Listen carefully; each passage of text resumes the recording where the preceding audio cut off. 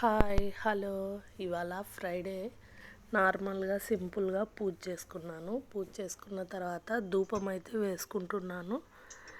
ఈ ధూపంలో కొంచెము పచ్చకర్పూరం వేస్తే చాలా మంచిది. నేనైతే సాంబ్రాణితో పాటుగా పచ్చకర్పూరం కూడా వేశాను. ఇక మధ్యాహ్నానికి క్యాబేజీ పచ్చడి చేశాను. క్యాబేజీ కొంచెమే చిన్నది ఉన్నింది.